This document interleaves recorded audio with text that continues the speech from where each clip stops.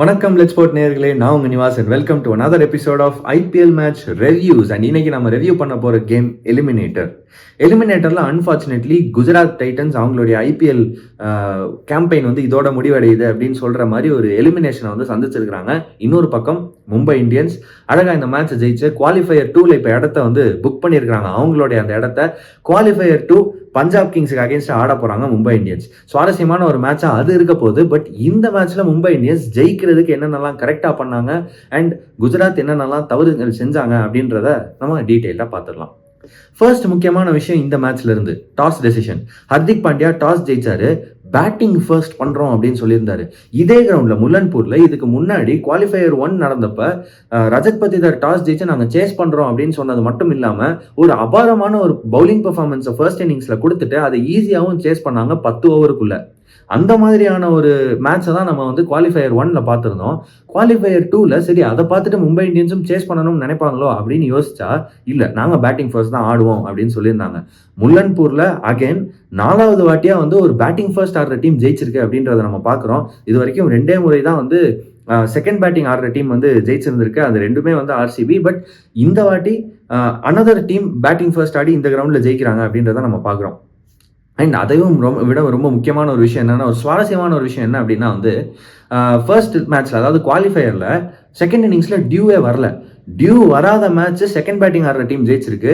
இந்த மேட்ச்ல ஏகப்பட்ட டியூ, அந்த டியூ வந்த மேட்ச் ஃபர்ஸ்ட் பேட்டிங் ஆடுற டீம் ஜெயிச்சிருக்கு அப்படின்றது ரொம்பவே சுவாரஸ்யம். ஏன்னா இது வந்து அந்த ஒரு டெக்னிக்கல் டீட்டெயிலுக்கு எதிரான ஒரு விஷயம். ஏன்னா ஜென்ரலா என்ன சொல்லுவாங்கன்னா, டியூ வந்துருச்சு அப்படின்னா செகண்ட் பேட்டிங் ஆடுறது ரொம்ப ஈஸியா இருக்கும். ஒரு டார்கெட்டை வந்து டிஃபெண்ட் பண்றது அந்த பவுலர்ஸுக்கு ரொம்ப கஷ்டமா இருக்கும். ஏன்னா டியூ இருந்தால் பால் வந்து கையை விட்டு வழுக்கிட்டு போகும் அப்படின்ற மாதிரிலாம் சொல்லியிருந்தாங்க. பட் மும்பை இந்தியன்ஸுடைய பவுலர்ஸ் அந்த last 5 overs of the Gujarat Titans innings நல்ல பாலை வந்து கண்ட்ரோல்டாக வந்து பவுல் பண்ணாங்க. அதனால அவங்களால ரன்ஸை வந்து கண்ட்ரோல் பண்ண முடிஞ்சிச்சு அப்படின்றத நம்ம பார்த்தோம். இன்னொரு பக்கம் குஜராத் பேட்ஸ்மேனுக்கு எக்ஸாக்ட்லி அவ்வளோ ஈஸியாகவும் இல்லை அப்படின்றதையும் நம்ம பார்த்தோம். ப்ராபப்ளி பெரிய மேட்ச்ல இந்த மாதிரி பிளே ஆஃப்ஸ் அப்படின்னு வரும்போது அந்த ப்ரெஷரை பீட் பண்றதுக்கு பேட்டிங் ஃபர்ஸ்ட் ஆடுறது ஒரு பெட்டர் ஆப்ஷனாக இருக்கலாம் அப்படின்றதும் ஒரு விஷயம் இந்த மேட்ச்ல இருந்து நம்ம கத்துக்கிறது. இன்னொன்று ப்ராபப்ளி இப்போ வந்து ஒரு டீம்னுடைய ஸ்ட்ரென்த் என்னவா இருக்கோ அதன்படி விளையாண்டாதான் இந்த மாதிரி பெரிய மேட்ச்லாம் ஜெயிக்க முடியும் அப்படின்றத மும்பை இந்தியன்ஸ் வந்து இங்கே நமக்குலாம் கற்றுக் கொடுக்குறாங்க அப்படின்ற மாதிரியும் இதை நம்ம எடுத்துக்கலாம். இப்போ ஃபர்ஸ்ட் இன்னிங்ஸ்ல நம்ம சொன்னோம் பேட்டிங் ஃபர்ஸ்ட் எடுத்தாங்க அப்படின்னு மும்பை இந்தியன்ஸ் பேட்டிங் ஆட வந்தாங்க. ஒரு பக்கம் ரோஹித் சர்மா, இன்னொரு பக்கம் ஜானி பேர்ஸ்டோ. ரயன் ரிக்கல்டன் இல்லாத காரணத்தினால அவருக்கு பதிலாக ரீப்ளேஸ்மெண்ட்டாக வந்த ஜானி பேர்ஸ்டோ 22 பால்ல 47 ரன் அடிக்கிறாரு. Phenomenal innings. டமால் டுமில் அடிச்சிட்டு இருந்தாரு. ஸ்ட்ரைட் பவுண்டரிஸை யூஸ் பண்ணாரு. ஃப்ரண்ட் ஃபுட்லையும் வந்து நல்லா ஆடினாரு, பேக் ஃபுட்லையும் கொஞ்சம் ஷார்ட்டராக போட்டால் தூக்கி 6 அடிச்சிருக்காரு. அந்த மாதிரி ஒரு பிளேயர், டேஞ்சரஸான பேட்ஸ்மேன். ப்ராபப்ளி பஞ்சாப் கிங்ஸ் அடுத்த மேட்ச் ஆடணும், ஆர்சிபி ஃபைனலில் வெயிட் பண்ணிட்டு இருக்காங்க. 2 பேருமே ஜானி பேர்ஸ்டோவை பார்த்து கொஞ்சம் லைட்டாக பயப்படுவாங்களோ அப்படின்ற ஒரு ஃபீலிங் நமக்கு கண்டிப்பாக வருது. இன்னொரு பக்கம் ரோஹித் சர்மா 2 கேட்ச் விட்டாங்க. இனிஷியலாக 2 கேட்ச் விட்டாங்க. ஜெரால்ட் கூட்ஜி பவுண்டரி லைனில் ஒன்று விட்டாரு. அதுக்கப்புறம் குசல் மெண்டிஸ் கையில் வர்ற கேட்ச் எப்படி விக்கெட் கீப்பர் வந்து கிளவுஸும் போட்டு விக்கெட் கீப்பிங் கிளவுஸை வச்சுட்டு கேட்ச் ட்ராப் பண்ணுறாங்க அப்படின்னு தெரியல. இன்ஃபேக்ட் குசல் மெண்டிஸுக்கு ஒரு ஃபர்கெட்டபிள் அவுட்டிங் தான் இது. ஏன்னா ரோஹித் சர்மாவுடைய ஒரு கேட்ச் ட்ராப் பண்ணாரு, சூரியகுமார் யாதவ் கேட்ச் ட்ராப் பண்ணாரு, பவுண்டரிஸ் விட்டாரு. அதை விட ரொம்ப முக்கியமாக வந்து அவருடைய பேட்டிங்கில் அவருடைய டிஸ்மிசல் ரொம்ப வந்து வினோதமாகவும் பார்க்கவே காமெடியாகவும் இருந்துச்சு அப்படின்னு சொல்லலாம். அந்த மாதிரியான ஒரு பேட்டிங் தான் நம்ம வந்து அந்த மாதிரியான ஒரு டிஸ்மிசல் தான் நம்ம வந்து குசல் மெண்டிஸ் கிட்ட இருந்து பார்த்தோம். ஓவராலா குசல் மெண்டிஸுக்கு இந்த மேட்ச் வந்து கொஞ்சம் ஃபர்கெட்டபிள் கேமாக தான் இருந்திருக்கும் அப்படின்னு நான் நினைக்கிறேன். பட் எனிவே மூவிங் ஃபார்வர்ட் இதுதான் நடந்துச்சு. ரோஹித் சர்மாவோட இனிஷியல் அந்த கேட்ச் ட்ராப் அது நடந்துச்சு. அதுக்கப்புறம் அவரை வந்து ஸ்டாப் பண்ணவே முடியல. ரோஹித் சர்மாவை பொறுத்த வரைக்கும் முதல் 20 பால்குள்ள அவர் அவுட் ஆக்கிடணும். அப்படி இல்லைன்னா அவரா வந்து எனக்கு போதும் பண்ண ஆடினது அப்படின்னு சொல்லி விக்கெட்டை கொடுத்துட்டு போற வரைக்கும் நீங்க வெயிட் தான் பண்ண முடியும். அந்த மாதிரி ஒரு இன்னிங்ஸாக தான் அது அமைஞ்சிச்சு. Phenomenal innings 50 ball 80. பட் ஒரு சிமிலாரிட்டி நீங்க பார்க்கலாம். ஃபர்ஸ்ட் இன்னிங்ஸ்ல ரோஹித் சர்மா 50 பால் 80னா செகண்ட் இன்னிங்ஸ்ல சாய் சுதர்ஷனும் 50 பால் 80. ஆனா இங்க ஒரு டிஃபரன்ஸ் என்ன அப்படின்னா, ரோஹித் சர்மா கூட இருந்த ஓப்பனிங் பார்ட்னர் ஜானி பேர்ஸ்டோவும் நல்லா ஆடினாரு. அந்த மாதிரியான ஒரு இன்னிங்ஸ் வந்து அந்த சைட்ல சுப்மன் கில் கிட்ட இருந்து வரல. சரி, அது மட்டும் தான் டிஃபரன்ஸா? அதுதான் வந்து எப்படியும் வாஷிங்டன் சுந்தர் நல்லா ஆடி கொடுத்து ஈடு கட்டிட்டாரே அப்படின்னு நீங்க யோசிச்சீங்க அப்படின்னா, இன்னொரு பக்கம் மிடில் ஆர்டர் ஃபுல்லா சூப்பரா ஆடிச்சு. ரோஹித் சர்மாவும் ஜானி பேஸ்டோவும் கொடுத்த ஸ்டார்ட்டுக்கு அப்புறம் அதை அப்படியே கண்டினியூ பண்ணுறதுக்கு உள்ள வந்த ஒவ்வொரு பேட்ஸ்மேனும் சூப்பராக கான்ட்ரிபியூட் பண்ணாங்கன்றதை நம்ம பார்த்தோம். அது சூரியகுமார் யாதவா இருக்கட்டும், திலக் வர்மாவா இருக்கட்டும், ஹர்திக் பாண்டியாவா இருக்கட்டும், எல்லா மிடில் ஆர்டர் பேட்ஸ்மேனுமே வந்து அவங்களுடைய கான்ட்ரிபியூஷன்ஸை பர்ஃபெக்டாக பண்ணாங்க. அந்த மாதிரி கான்ட்ரிபியூஷன்ஸ் வரிசையாக கிடைச்சதுனால மட்டுமே இந்த மாதிரியான ஒரு பெரிய ஸ்கோர் 228 ரன்ஸை வந்து மும்பை இந்தியன்ஸால் அடிக்க முடிஞ்சிச்சு. அன்ஃபார்ச்சுனேட்லி அந்த மாதிரியான கான்ட்ரிபியூஷன்ஸ் குஜராத்தினுடைய மிடில் ஆர்டர் பேட்ஸ்மேன் கிட்ட இருந்து வரல. அதுதான் கடைசியில் வந்து பாயிண்ட் ஆஃப் டிஃபரன்ஸாக ஆச்சு அப்படின்றத நம்ம பார்த்தோம். குஜராத்தினுடைய பவுலிங் பர்டிகுலர்லி வந்து ரொம்ப ஆர்டினரியாக இருந்துச்சு ஃபர்ஸ்ட் இன்னிங்ஸில் அப்படின்னே சொல்லலாம். ரொம்ப சாதாரணமான பவுலிங். பிரசித் கிருஷ்ணா பர்பிள் கேப்ல வந்து லீடர் போர்டில் ஃபர்ஸ்ட் இருக்காருலாம் நம்ம சொல்லிட்டு இருந்தோம். பட் அவர் போட்ட லைன்ஸ் அண்ட் லென்ஸ் இன்னைக்கு ரொம்ப ஈஸியாக இருந்துச்சு. பேர்ஸ்டோவும் ரோஹித் சர்மாவும் ஆடுறதுக்கு ஒரு பாயிண்ட்ல ரொம்ப ப்ரெடிக்டபிளாக இருந்தார் அப்படின்றது தான் பிரச்சனையாகவே மாறிச்சு. ஷார்ட்டாக போட்டால் அடிக்கிறாங்க அப்படின்றதுனால அடுத்தது ஃபுல்லர் லென்த் டெலிவரிஸ் ட்ரை பண்ணுறாரு, அதையும் அடிக்கிறாங்க அப்படின்றதுனால எந்த பிளான் அடுத்து அவர் மூவ் பண்ண போகிறாரு அப்படின்றது வந்து எல்லாருக்குமே தெரிகிற மாதிரி ரொம்ப ப்ரெடிக்டபிளான பிளான்ஸாக தான் இருந்துச்சுன்றதை பார்த்தோம். எதுவும் அவுட் ஆஃப் தி ஆர்டினரி கொண்டு வந்து பிளானை மாற்றியோ இல்லை அட்லீஸ்ட் முன்னாடியே ப்ரீ பிளான்டாக இருந்து அதே பிளானோட கண்டினியூ பண்ணி அந்த மாதிரி எதுவுமே செய்யலை அப்படின்றத நம்ம பார்த்தோம். ஒரு பாயிண்ட்ல குஜராத்துக்கு வந்து எப்படி போட்டாலும் அடிக்கிறாங்கப்பா அப்படின்ற மாதிரி ஒரு சுச்சுவேஷனில் வந்து மாட்டிக்கிட்டாங்க அப்படின்றதையும் பார்த்தோம். இதே மாதிரி தான் இன்னிங்ஸ் போயிட்டே இருந்துச்சு. அப்போ நடுவில் வந்து ஒரு இடத்துல பிரேக் போடுற மாதிரி இன்ஃபேக்ட் மிடில் ஓவர்ஸில் கொஞ்சம் ராஷித் கானோட 4 ஓவர்ஸ் கொஞ்சம் வந்து காப்பாற்றி விட்டுச்சுன்னு சொல்லலாம் குஜராத்தை. அதுக்கப்புறம் கடைசியில் டெத் ஓவர்ஸில் வந்து கொஞ்சம் ஸ்லைட்லி புல் பேக் பண்ணாங்க. அதே பிரசித் கிருஷ்ணாவும் சரி, முகமது சிராஜும் சரி டெத் ஓவர்ஸில் நல்லா போட்டாங்க. இங்கே ஒரு மேஜர் டிஃபரன்ஸ் என்ன அப்படின்னா, ரோஹித் சர்மாவுக்கு இனிஷியலாகவே சான்சஸ் கிரியேட் பண்ணப்பயே கேட்சஸை வந்து எடுத்திருந்தாங்க குஜராத் டைட்டன்ஸ் அப்படின்னா இந்த ஸ்கோர் வந்திருக்க வாய்ப்பே இல்லை. பட் அங்கே கேட்ச் எடுக்க தவறுனது தான் வந்து கடைசியில் அவங்களுக்கு பெரிய பாதகமாக அமைஞ்சிருச்சு. அப்படி இருந்துமே 215 ரன்ஸ் 210 ரன்ஸுக்கு வந்து மும்பையை ரெஸ்ட்ரிக்ட் பண்ணியிருக்கலாம். பட் அது எல்லாமே அதாவது ஏன் அதை ரெஸ்ட்ரிக்ட் பண்ணியிருக்கலாம் அப்படின்னா, ஒரு நல்ல ஓவர் சிராஜ் போட்டார், ஒரு நல்ல ஓவர் பிரசித் கிருஷ்ணா போட்டார். அந்த இடத்துல லாஸ்ட் ஓவர் ஜெரால்டு கூட்ஜி கிட்ட கொடுத்தாங்க. ஜெரால்டு கூட்ஜி ரொம்ப மோசமாக போட்டார். வெரி ஆர்டினரி, எல்லாமே ஹிட்டிங் லென்ஸாகவே வந்து போட்டுட்டு இருந்தார். அதுவும் யாருக்கிட்டன்னு பார்த்தா ஹர்திக் பாண்டியா கிட்ட. கொஞ்சம் அந்த இடம் மட்டும் அவங்களுக்கு வந்து தவறிடுச்சு. ப்ராபப்ளி வாஷிங்டன் சுந்தருக்கு மிடில் ஒரு ஓவர் கொடுத்துருந்தாங்க அப்படின்னா கடைசியில் வந்து ஜெரால்டு கூட்ஜிக்கு ஓவர் கொடுக்க வேண்டிய அவசியமே இல்லாமல் போயிருந்திருக்கும். ஏன்னா இன்னைக்கு நாள் வந்து டெஃபினட்டாக ஜெரால்டு கூட்ஜிக்கு சரியா இல்லை அப்படின்றத நம்ம பார்த்தோம். அவருக்கு வந்து எந்த லைன் அண்ட் லென்த்துமே எந்த ஓவர்லையுமே அவருக்கு வந்து ஒரு ப்ராப்பர் லைன் அண்ட் லென்த் செட்டே ஆகலை அப்படின்றத நம்ம வந்து கிளியராக பார்த்தோம் அப்படின்னே சொல்லலாம். இதுதாங்க summary of the first innings. 228 ரன்ஸை வந்து மும்பை இந்தியன்ஸ் சூப்பராக அடித்து தள்ளிட்டு போயிட்டே இருந்தாங்க. மும்பை இந்தியன்ஸ் வந்து எந்த அளவுக்கு நல்லா பேட்டிங் ஆடினாங்களோ அதே அளவுக்கு மோசமாக பவுலிங் போட்டாங்க குஜராத் அப்படின்னே கண்டிப்பாக சொல்லிடலாம்.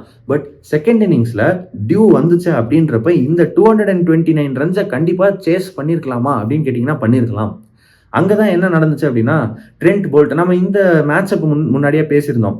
சுப்மன் கில்லுக்கு ஒரு லெஃப்ட் ஆர்ம் ஸ்விங் பவுலர் வந்து இன்ஸ்விங் போட்டார் அப்படின்னா அந்த பேட் பேட் கேப்பை வந்து இது எக்ஸ்ப்ளாய்ட் பண்ணலாம் அப்படின்னு. சுப்மன் கில் வந்து கொஞ்சம் லெக் சைட் ஆஃப் த பால் நின்று ஆடுற பிளேயர். ஸோ பால் உள்ளே வருது, ஷார்ப்பாக இன்ஸ்விங் ஆகுதுன்னா அவரால் ஆட முடியாது. அன்ஃபார்ச்சுனேட்லி அதே மாதிரியே ஒரு லெஃப்ட் ஆர்ம் பேசருக்கு ஓவர் த விக்கெட் வந்து இவர் எல்பிடபிள்யூ எடுக்கிற சான்ஸ் கிடச்சிச்சு. அந்த எல்பிடபிள்யூ மேட்சையே மாற்றிருச்சுன்னே சொல்லலாம். உங்களுக்கு இனிஷியலாகவே ஏர்லி விக்கெட்டாக சுப்மன் கில் அவுட் ஆயிட்டாருன்னா அடுத்து ஜாஸ் பட்லரும் இல்லை அப்படின்ற பட்சத்தில் ஜாஸ் பட்லர் இருந்திருந்தாலாவது வேற மாதிரி நடந்திருக்கும் அப்படின்றது வந்து நம்ம ஓரளவுக்கு யோசிக்கலாம். அட்லீஸ்ட் வந்து அவர் கொஞ்சம் இன்னிங்ஸை டீப்பராக எடுத்துகிட்டு போயிருப்பாரு அப்படின்னு. அன்ஃபார்ச்சுனேட்லி அந்த மாதிரி ஒரு பேட்ஸ்மேன் இல்லாதப்ப சுப்மன் கில் கிட்ட அந்த ப்ரெஷர் கண்டிப்பாக இருந்திருக்கும். At another big game, play off game or knock out game Shubman Gill கிட்ட இருந்து அந்த பெர்ஃபார்மன்ஸை நம்ம பார்க்க தவறிட்டோம் அப்படின்றது ஒரு நோட்டபுளான விஷயம். ஸோ சுப்மன் கில் ஒரு பக்கம் வந்து ஏர்லி விக்கெட் கொடுத்துட்றாரு. அந்த இடத்துல அவங்க உடனேவே பும்ராவை கொண்டு வந்து அட்டாக் பண்ணியிருந்தா சாய் சுதர்ஷனையும் அவுட் எடுத்திருக்கலாம் அப்படின்றது தான் என்னுடைய கருத்து. பட் அங்கே அதை மிஸ் பண்ணிட்டாங்க. பவர் பிளேயில் வந்து கிளீசன் எல்லாருக்கும் அந்த ஒரு சான்ஸ் கொடுத்தாங்க. அதுக்கப்புறம் பும்ராவை கொண்டு வரும்போது it was too late. Sai Sudharsan already set ஆயிட்டாரு. இன்னொரு பக்கம் குசல் மெண்டிஸ், நம்ம சொன்னோம் பட்லர் இல்லை அப்படின்னு. பட்லருக்கு பதிலாக டெம்பரரி ரீப்ளேஸ்மெண்ட்டாக கொண்டு வந்திருந்த குசல் மெண்டிஸ் நல்ல ஷாட்ஸ் ஆடினார். அவருக்கு நல்ல ஸ்டார்ட் கிடச்சிச்சு. 200 ஸ்ட்ரைக் ரேட் கிட்ட ஆடக்கூடிய அந்த ஒரு வாய்ப்பும் கிடச்சிச்சு. அதை ஜென்ரலாக பண்ணக்கூடிய ஒரு பிளேயர் தான். He's got that talent. Unfortunately hit wicket ஆகிட்டாருங்க. இந்த லெவல் ஆஃப் கிரிக்கெட்டில், அதுவும் இந்த மாதிரி ஒரு முக்கியமான மேட்ச்சில் ஸ்டம்ப் எங்கே இருக்குன்ற அவேர்னஸ் ஒரு பேட்ஸ்மேனுக்கு இல்லை அப்படின்ற மாதிரி இருந்துச்சுன்னா இதை எப்படி எடுத்துக்க அப்படின்னு சொல்லி தெரில. ப்ராபப்ளி வந்து ப்ரிப்பரேஷன் டைம் ரொம்ப கம்மியாக இருந்துச்சா குசல் மெண்டிஸுக்கு, இல்லை ப்ராப்ளி அவருக்கு கேம் டைம் கொடுத்துருக்கலாமா? ஏன்னா குசல் மெண்டிஸ் வந்து ஜார்ஜ் பட்லருக்கு ரீப்ளேஸ்மெண்ட்டாக தான் வந்திருக்காரு அப்படின்றப்ப, ஜார்ஜ் பட்லருக்கு எதுக்கு நீங்கள் அந்த கடைசி 2 லீக் கேம்ஸில் சான்ஸ் கொடுத்தீங்க? அந்த டாப் 2 வேணுன்றதுக்காக நீங்கள் ஜார்ஜ் பட்லரை வச்சு ஆடணும்னு ட்ரை பண்ணீங்களா? இந்த மாதிரியான கொஸ்டின்ஸ்லாம் வருது. பட் எனிவே அதெல்லாம் ஓகே. இந்த மேட்ச்சில் கூட வந்து ஸ்டம்ப் அவேர்னஸ் இல்லை அப்படின்னா ஒரு பேட்ஸ்மேனுக்கு என்ன பண்ண அப்படின்னு தெரியல. ஹிட் விக்கெட் அப்படின்றது it's definitely not a way to get out. அதுவும் நீங்கள் வந்து நம்பர் 3ல ஆடுற பேட்ஸ்மேனாக இருந்தால், ஹிட் விக்கெட் நீங்கள் டெத் ஓவர்ஸில் ஆடுறீங்கன்னா அதுக்கு பின்னாடி ஒரு லாஜிக் இருக்குது. You expect bowlers to bowl yorkers போடுவாங்கன்னு எக்ஸ்பெக்ட் பண்ணி நீங்கள் பின்னாடி ஸ்டம்ப் கிட்ட போய் நின்று ஆடுறீங்க. அப்போ ஹிட் விக்கெட் ஆகுதுன்றது ஓகே. பவர் ஹிட்டிங் பண்ணணும் அப்படின்ற ஒரு டைம் வரும்போது, இந்த last 2 overs, last 3 overs of an innings, அந்த மாதிரி அந்த டெத் ஓவர்ஸ்னு வரும்போது பேட்ஸ்மேன் எல்லாமே ட்ரை பண்ணுவாங்க. அப்போ ஹிட் விக்கெட் ஆகுதுன்றது வந்து ஓகே, அது அந்த ப்ரெஷர் மூமெண்ட்ல பண்ணிட்டாருன்னு சொல்லலாம். இல்லை இந்த மாதிரி வந்து பின்னாடி போய் ஆடணும்னு நினைச்சதுல நடந்துருச்சு அப்படின்னு சொல்லலாம். நம்பர் 3ல ஆடுற பேட்ஸ்மேன் மிடில் ஓவர்ஸ்ல வந்து ஹிட் விக்கெட்டாக அவுட் ஆகுதுன்றது வந்து எப்படி எடுத்துக்க அப்படின்றது ரொம்ப ஒரு வித்தியாசமான ஒரு விஷயமா தான் இருக்கு. அதுவும் ஒரு மாதிரி play of game, eliminator game, இந்த மாதிரி ஒரு பிக் கேம்ல இப்படி ஒரு டிஸ்மிஸலா அப்படின்ற ஒரு கேள்வி கண்டிப்பா வருது. குசல் மெண்டிஸ்னுடைய அந்த விக்கெட்டை பற்றி நம்ம பேசிட்டோம். அதுக்கப்புறம் உள்ளே வந்தானுங்க வாஷிங்டன் சுந்தர். இந்த சீசன் ஃபுல்லாகவே வாஷிங்டன் சுந்தரை பேக் பண்ணி அந்த நம்பர் 4ல் அனுப்பியிருந்தா இந்நேரம் குஜராத் டைட்டன்ஸ் வந்து குவாலிஃபயர் 1 ஆடி எய்தர் குவாலிஃபயர் 2க்கு வெயிட் பண்ணிட்டு இருப்பாங்க, இல்லை ஃபைனல்ஸில் போய் வெயிட் பண்ணிட்டு இருப்பாங்க. அந்த ஒரு பொசிஷனில் அவங்க கண்டிப்பாக அந்த டாப் 2ல இருந்திருப்பாங்க. பட் அதை அவங்க பண்ணலை. ஏன் அப்படின்னு எனக்கு சத்தியமாக தெரியல. நம்பர் 4ல் வாஷிங்டன் சுந்தர் இன்னைக்கு ஆடின அந்த இன்னிங்ஸ் வந்து அவ்வளோ பிரில்லியண்ட்டாக இருந்துச்சு. செம்ம இன்னிங்ஸ் ஆக்சுவலி. ஏன் அப்படின்னு பார்த்தீங்கன்னா, எப்பெல்லாம் தேவைப்பட்டுச்சோ அப்போல்லாம் வந்து அவர்கிட்ட இருந்து பவுண்டரிஸ் வந்துச்சு. ஒரு பெரிய ஸ்கோர் சேஸ் பண்ணுறாங்க அப்படின்ற ஒரு பட்சத்தில் ஆல்மோஸ்ட் வந்து 12 ஓவர் அந்த run rate, required run rate இருக்கணும். அப்படின்றப்ப ஒரு ஓவருக்கு 12 ரன்னா ஒரு பாலுக்கு 2 ரன் வேணும்.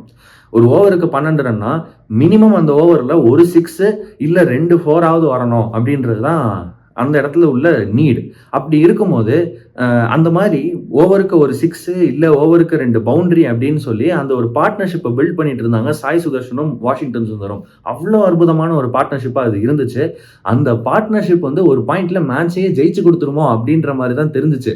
அழகாக ஆடினாரு. 24 பால் 48 200 ஸ்ட்ரைக் ரேட்னு பிரில்லியண்டாக ஆடிட்டு இருந்தாரு வாஷிங்டன் சுந்தர். இன்னொரு பக்கம் சாய் சுதர்ஷனும் அற்புதமாக பவுண்டரிஸ் ஃபைன் பண்ணிட்டு இருந்தாரு. சாய் சுதர்ஷன் அனதர் 50 பால் 80 எவ்வளோ பியூட்டிஃபுல்லாக ஆடினார் அப்படின்னா, கேப்ஸை பிக் பண்ணிட்டே இருந்தார். ஒவ்வொரு இடத்துலையுமே இந்த கேப்ஸை பிக் பண்ணிட்டே இருந்தார். வாஷிங்டன் சுந்தரும் அதே மாதிரியே வந்து சேஃபாக, 2 பேருமே சேஃபாக ஆடினாங்க. 6 அடிக்கணும் அப்படின்னா வந்து ஃபீல்டர் இருந்தால் தலைக்கு மேலே அடிக்கணும் அப்படின்னு பார்க்காம கேப்லேயே அடிக்க ட்ரை பண்ணுவோம். 6 போலனாலும் 1 பவுன்ஸ் 4ஆவது போவோம் அப்படின்ற மாதிரி ஒரு கால்குலேஷனில் ஆடின மாதிரி தான் இருந்துச்சு. நல்ல பெர்ஃபெக்டாக கேப்ஸ் ஃபைன் பண்ணாங்க. அதுவும் சாய் சுதர்ஷன் நிறையா ஸ்கொயர் ஆஃப் த பவுண்டரிஸ் அடித்தார். அதாவது மிட் விக்கெட்டுக்கும் ஸ்கொயர் லெக்குக்கும் நடுவில் உள்ள அந்த கேப்பு, கவருக்கும் பாயிண்ட்டுக்கும் நடுவில் உள்ள அந்த கேப்புன்னு சொல்லி இந்த மாதிரி பெர்ஃபெக்டான கேப்ஸை பிக் பண்ணார் அந்த ஃபீல்டில். வாஷிங்டன் சுந்தரும் அதே மாதிரி நல்ல நல்ல ஷாட்ஸ் ஆடினார். ஓவரால் இந்த பார்ட்னர்ஷிப் பிரில்லியண்ட்டாக இருந்துச்சு பார்க்குறதுக்கு. அண்ட் அந்த பாயிண்டில் குஜராத் டைட்டன்ஸ் நீட்டாக மேட்சை ஜெயிச்சிருவாங்க அப்படின்ற ஒரு பொசிஷனில் இருந்தாங்க. இங்கே தாங்க மேட்ச் மாறுச்சு. சூரியகுமார் யாதவ் வந்து முதுக பிடிச்சிட்டு படுத்தார். 8 மினிட்ஸுக்கு ஒரு பிரேக், ஃபிசியோ பிரேக். உள்ளே வந்து ஃபிசியோ பண்ணாங்க சூரியகுமார் யாதவுக்கு. கொஸ்டின் இங்கே என்ன வருது அப்படின்னா வந்து, இந்த மாதிரி ஒரு பிளேயருக்கு அர்ஜென்ட்டாக ஃபிசியோ பிரேக் தேவைப்படுது அப்படின்னா, இதை நம்ம வந்து அந்த பிளேயர் ஃபேக் பண்ணுறாங்களா இல்லையா அந்த டிஸ்கஷனுக்கே நம்ம போகலை. இந்த மாதிரி ஒரு பிளேயருக்கு ஃபிசியோ பிரேக் வேணும் அப்படின்ற மாதிரி இருந்துச்சுன்னா, if the player can walk out of the field, அங்கேருந்து அவரால் நடந்து போக முடியும்னு இருந்துச்சுன்னா, அவர் ஃபீல்டை விட்டு வெளியே போயிட்டு ட்ரீட்மெண்ட் ரிசீவ் பண்ணிட்டு உள்ளே வரணும்னு ரூலை மாற்றணும்னு நான் சொல்கிறேன். ஏன்னா இதே மாதிரியே ஃபீல்டுக்கு உள்ளேயே வச்சு பிளேயர்ஸுக்கு ஃபிசியோ பிரேக்கை கொடுக்க மொமெண்டம் பிரேக் ஆகிட்டே இருக்குது. அந்த இடத்துல சாய் சுதர்ஷனுக்கும் வாஷிங்டன் சுந்தருக்கும் இருந்த அந்த கான்சென்ட்ரேஷன் கம்ப்ளீட்டாக உடஞ்சிருக்கும்ன்றதுல டவுட்டே கிடையாது. அதனால தான் அந்த பிரேக் முடிஞ்ச அடுத்த ஓவரே ஜஸ்பிரீத் பும்ராவை கொண்டு வந்து அவங்க அட்டாக் பண்ணுறாங்க. அது அவங்களுடைய சாமர்த்தியம். ஒரு பிரேக் விழுந்துச்சு, இப்போ நம்ம அட்டாக் பண்ணுவோம்னு அவங்க ஜஸ்பிரீத் பும்ராவை கொண்டு வந்தாங்க. பும்ரா உள்ளே வந்ததுமே வாஷிங்டன் சுந்தரோட விக்கெட் விழுந்துச்சு. அது ஒரு பிரில்லியண்டான யார்க்கர், அதில் எந்த விதமான டவுட்டுமே கிடையாது. அந்த விக்கெட் எந்த பாலில் விழுந்துச்சு அப்படின்னு பார்த்தீங்கன்னா, அது ஒரு 100% எஃபர்ட் பால். அது ஜஸ்பிரீத் பும்ரா கிட்டேருந்து ஒரு அக்யூரேட்டான யார்கர். அப்போ இருந்த டியூ, நம்ம நிறைய பேசிட்டோம் டியூ இருந்துச்சுன்னு. அப்போ இருந்த அந்த டியூ கண்டிஷன்ஸுக்கு பவுலர்ஸ் கையிலேருந்து பால் வழுக்கிட்டு போகும். யார்கர்ஸை நெயில் பண்ணுறது ரொம்ப கஷ்டம். லோ ஃபுல் டாஸஸாக நிறையா விழும். ஈவன் பும்ராவுக்கே வந்து ட்ரை பண்ண ஸ்லோவர் பால்ஸ்லாம் லோ ஃபுல் டாஸஸாக தான் விழுந்துட்டு இருந்துச்சு, யார்கர்ஸாக விழலை. அப்படி இருக்கும்போது அந்த பால் ஒரு பர்ஃபெக்ட் யார்கராக நட்மேக் பண்ணார். 2 காலுக்கு நடுவில் விட்டார் வாஷிங்டன் சுந்தருக்கு. அது பர்ஃபெக்டாக போயிட்டு ஸ்டம்பையும் அடிச்சிச்சு அப்படின்றதெல்லாம் நம்ம பார்த்தோம். So it was a brilliant wicket, அதில் எந்த டவுட்டுமே கிடையாது. ஆனால் வாஷிங்டன் சுந்தருக்கு இருந்த அந்த கான்சென்ட்ரேஷனுக்கு அந்த பிரேக் எடுக்காம இருந்திருந்தாங்க அப்படின்னா, சூரியகுமார் யாதவுக்கு அந்த பிரேக் இல்லாமல் இருந்துச்சு அப்படின்னா, அந்த இடத்துல it would have been perfect. அதே யார்கர் பர்ஃபெக்ட் யார்கராக இருந்தால் கூட வாஷிங்டன் சுந்தர் அதை வந்து அட்லீஸ்ட் டிஃபெண்டாவது பண்ணியிருப்பாரு. அந்த பால்ல வந்து ஒரு சிங்கிளாவது எடுத்திருப்பாரு அப்படின்னு நான் சொல்லுவேன். பட் அன்ஃபார்ச்சுனேட்லி அங்கே ஒரு பிரேக் விழுந்துச்சு. லாஸ் ஆஃப் கான்சென்ட்ரேஷன் இருந்துச்சு பேட்ஸ்மேனுக்கு. அதை பர்ஃபெக்டாக யூஸ் பண்ணாங்க மும்பை இந்தியன்ஸ். பும்ராவை கொண்டு வந்தாங்க. அவர் ஒரு பிரில்லியன்ட் பால் போட்டார், விக்கெட் விழுந்துச்சு. வாஷிங்டன் சுந்தரோட விக்கெட் அங்கே விழுந்ததுலேருந்து மேட்ச் குஜராத் டைட்டன்ஸ் கையில் போகவே இல்லை. அவங்க கையில் இருந்த மேட்சை பிடிச்சி இந்த பக்கம் இழுத்து கொண்டு வந்துட்டாரு ஜஸ்பிரீத் பும்ரா. அதுக்கப்புறம் அஸ்வினி குமார் கிட்ட இருந்து ஒரு சூப்பரான ஒரு ஓவர் வந்துச்சு, அற்புதமான ஒரு ஓவர் போட்டார். அந்த ஓவரில் பெருசாக ரன்ஸே போகலை. ஷர்ஃபேன் ரதர்ஃபோர்ட் உள்ள வந்தார். அவர் சில பவுண்டரிஸ் அடிக்க ட்ரை பண்ணார், லக்கி பவுண்டரிஸ் கிடைச்சிச்சு. பட் அதுக்கு மேலே அவரால் வந்து பெரிய ஷாட்ஸாக கன்வெர்ட் பண்ண முடியல. சாய் சுதர்ஷன் செட்டான பேட்ஸ்மேன், அவருடைய கடைசி 14 இல்லை 15 பந்துகளில் ரன் பால் ஸ்கோர் தான் வந்து எடுத்திருந்தாருன்றதை நம்ம பார்த்தோம். பெருசாக அவர்கிட்ட இருந்தும் ஸ்கோர் வரலன்றதை நம்ம பார்த்தோம். ஃபைனலாக சாய் சுதர்ஷனும் பவுண்டரிஸ் அடிக்க முடியாமல், ரதர்ஃபோர்டும் பவுண்டரிஸ் அடிக்க முடியாமல், அந்த ப்ரெஷரில் சாய் சுதர்ஷன் வந்து ஒரு ஸ்கூப் ட்ரை பண்ணி அவுட் ஆகி, ரதர்ஃபோர்டும் அதுக்கப்புறம் வந்து பெருசாக அடிக்க முடியாமல் ஒரு பர்ஃபெக்டான ஒரு டெலிவரி வேறு வந்துச்சு. 18th ஓவரில் ட்ரெண்ட் போல்ட் கிட்ட இருந்து 19th ஓவரில் ட்ரெண்ட் போல்ட் கிட்ட இருந்து அந்த அது ஆக்சுவலி வந்து ஒரு ஹிட்டபிள் டெலிவரி, ஸ்லாட் பால். அதை வந்து ஷர்ஃபேன் ரதர்ஃபோர்ட் அடிச்சிருக்கலாம். பட் அந்த ப்ரெஷர் சுச்சுவேஷனால அது ஒரு பர்ஃபெக்டான பாலாக மாறிடுச்சு. போல்ட்டுக்கு நேராக கையில் அடித்து கொடுத்துட்டு கிளம்பிட்டாரு ஷர்ஃபேன் ரதர்ஃபோர்ட். அதோட மேட்ச் வந்து முடிஞ்சிருச்சு அப்படின்றத நம்ம பார்த்தோம். ஸோ லாஸ்ட் ஃபியூ ஓவர்ஸில் வந்து பும்ராவுக்கு ஒரு ஏர்லியாகவே பும்ராவை கொண்டு வந்து முடிச்சிட்டாங்க. 18th ஓவரே பும்ராவை கொண்டு வந்து கொடுத்துட்டாங்க. அந்த இடத்துல ப்ராப்ளி பும்ராவை டிலே பண்ணியிருக்கணுமான்ற மாதிரிலாம் எக்ஸ்பர்ட்ஸ் பேசிட்டு இருந்தாங்க கமெண்ட்ரியில். பட் அந்த பாயிண்ட் வந்து ரொம்ப பிரில்லியண்ட்டாக இருந்துச்சு. ஏன்னா பும்ராவை அந்த 18th ஓவரே கொண்டு வந்தது 19th ஓவரில் ட்ரெண்ட் போல்ட் உள்ளே வந்ததுமே அட்டாக் பண்ணணுன்ற ஒரு கட்டாயத்தை ஏற்படுத்தி கொடுத்துச்சு ஷர்ஃபேன் ரதர்ஃபோர்டுக்கு. அவர் தூக்கி அடிச்சு அவுட் ஆயிட்டாருன்றதை பார்த்தோம். 19th ஓவர் ட்ரெண்ட் போல்ட் பிரில்லியண்ட்டாக போட்டார். ஸோ உங்களுக்கு 19th ஓவர் போகிறதுக்கும் ஒரு நல்ல பவுலர் இருக்காரு அப்படின்றப்ப உங்களுடைய பெஸ்ட் பவுலரை நீங்கள் இன்னும் ஒரு ஓவர் முன்னாடியே முடிச்சா கூட பிரச்சனை இல்லை அப்படின்ற மாதிரி தான் தெரிஞ்சிச்சு. And last over it was out of reach. பெருசாக வந்து 24 ரன் 6 பால்ல அடிக்கிறதுன்றதெல்லாம் ஓகே, இட் இஸ் பாசிபிள் அப்படின்னு கேட்டிங்கன்னா, ஆமாம், மேத்தமேட்டிக்கலி பாசிபிள் தான். ரிங்கு சிங் அடிச்சாருன்னு சொல்லலாம். ஆனால் இந்த மேட்சை பொறுத்த வரைக்கும் வாய்ப்பே இல்லை. பட் ரிச்சர்ட் கிளீசனை கொண்டு வந்தாங்க. 3 பால் போட்டார். அவருக்கும் ஹாம்ஸ்ட்ரிங். அதாவது அவர் இந்த மேட்ச் உள்ளே வந்திருந்ததே தீபக் சஹருக்கு ஒரு ஹாம்ஸ்ட்ரிங் இன்ஜுரி இருக்குது அப்படின்னு தான். தீபக் சஹரோட ஹாம்ஸ்ட்ரிங் இன்ஜுரிக்கு ரீப்ளேஸ்மெண்ட்டாக வந்த பிளேயருக்கும் ஹாம்ஸ்ட்ரிங் இன்ஜுரி வந்து 3 பால் போட்டு அவர் கிளம்பி பேபி ஓவர் அப்படின்னு நம்ம ஸ்ட்ரீட் கிரிக்கெட் ஆடும்போது சொல்லுவோம். அந்த மாதிரி ஒரு பேபி ஓவர் கொடுத்து கடைசியில் அஸ்வினி குமார் வந்து லாஸ்ட் 3 பால்ஸ் போட்டார். சூப்பராக போட்டார். ஓவரால் கம்ப்ளீட்டாக க்ரஷ் பண்ணிட்டாங்க ஜிடியை. 20 ரன் வித்தியாசத்தில் வந்து ஜெயிச்சிருந்தாங்க. இது எந்த மேட்ச் மாதிரி இருக்குது அப்படின்னு பார்த்தா, இதே முல்லன்பூரில் பஞ்சாப் கிங்ஸ் சென்னை சூப்பர் கிங்ஸோட ஒரு மேட்ச் ஆடினாங்க. பிரப் சிம்ரன் ஒரு அட்டாக்கிங் இன்னிங்ஸ் ஆடுவார். அட்டகாசமான ஒரு 100 அடிப்பார். அதுக்கப்புறம் செகண்ட் இன்னிங்ஸில் 200 வரைக்கும் வருவாங்க. 201 அடிப்பாங்கன்னு நான் நினைக்கிறேன் சிஎஸ்கே. அது வரைக்கும் வருவாங்க. அங்கே மேட்சை தோப்பாங்க. அதே மாதிரி தான் இருந்துச்சு இந்த மேட்சும். குஜராத் டைட்டன்ஸ் இதோட வந்து இந்த இதிலிருந்து வெளியே போயிட்டாலும், ஐபிஎல்லேருந்து வெளியே போயிட்டாலும், இப்போ வரைக்கும் ஆரஞ்சு கேப் சாய் சுதர்ஷன் கிட்ட இருக்கு. பட் சூரியகுமார் யாதவ் ரொம்ப கிட்டவே இருக்காரு. சூரியகுமார் யாதவ் 2 ஹாஃப் செஞ்சுரி அடிச்சா வந்து ஓவர்டேக் பண்ணிடுவார் சாய் சுதர்ஷனை. இன்ஃபேக்ட் வந்து ஒரு 80 ரன் சம்திங் டிஃபரன்ஸ் இருக்குன்னு நினைக்கிறேன். ஒரு 80 ரன் இன்னிங்ஸ் சூரியகுமார் யாதவ் கிட்ட வந்துச்சுனாலே அவர்கிட்ட வந்து ஆரஞ்ச் கேப் போயிடும். பார்க்கலாம் நம்ம வந்து அடுத்த 2 மேட்ச்சில் சூரியகுமார் யாதவால் அந்த ஆரஞ்ச் கேப் எடுக்க முடியுதா அப்படின்னு. பட் இதோட வந்து இந்த ஜிடி கேம்பெயின் முடிவடையுது. அவங்க வந்து கண்டிப்பாக அவங்க கிட்ட இருந்த டீமை வச்சு இவ்வளோ தூரம் வந்ததே பெருசு அப்படின்னு நம்ம கண்டிப்பாக சொல்லிடுறோம். But they could have still done better. அந்த ரிசோர்ஸஸை இன்னும் ஒருபடி எக்ஸ்ட்ராவாக பெட்டராக யூஸ் பண்ணியிருந்தா they would have reached a better position இங்கிருந்து. பட் ஓகே, இது வந்ததே பெரிய விஷயம். ஏன்னா அவங்க கிட்ட வந்து நம்ம எல்லாம் அடிக்கடி சொன்னதுதான், மிடில் ஆர்டரே கிடையாது. இன்னைக்கு மேட்ச்லயும் அதுதான் டிஃபரன்ஸா இருந்துச்சு. ஷாருக் கானா இருக்கட்டும், தெவாட்டியாவா இருக்கட்டும், ஷெர்ஃபேன் ரதர்ஃபர்டா இருக்கட்டும், யாருமே கான்ட்ரிபியூட் பண்ணல. குசல் மெண்டிஸும் இன்னைக்கு பெருசா கான்ட்ரிபியூட் பண்ணலன்றத பார்த்தோம். ப்ராபப்லி ஜார்ஜ் பட்லர் இருந்திருந்தா, பட்லர் அதுக்கப்புறம் வாஷிங்டன் சுந்தர்னு அந்த ஒரு அட்டாக் நல்லா இருந்திருக்கும். பட்லரும் இல்லாத காரணத்தினால அவங்களால வந்து இந்த மாதிரி பெரிய ஸ்கோர்ஸை சேஸ் பண்ண முடியல. அடுத்த சீசன் இதை கரெக்ட் பண்ணிட்டு வருவாங்கன்னு நம்புகிறோம். இன்னொரு பக்கம் மும்பை இந்தியன்ஸ் ரெடி ஆகிட்டு இருப்பாங்க அந்த குவாலிஃபயர் 2க்கு. அடுத்தடுத்த வீடியோவில் நான் உங்களை வந்து சந்திக்கிறேன். மும்பை இந்தியன்ஸா, பஞ்சாப் கிங்ஸா, ஆர்சிபியான்னு பார்ப்போம். Until then please like, share and subscribe. Keep supporting leg sport. Thank you.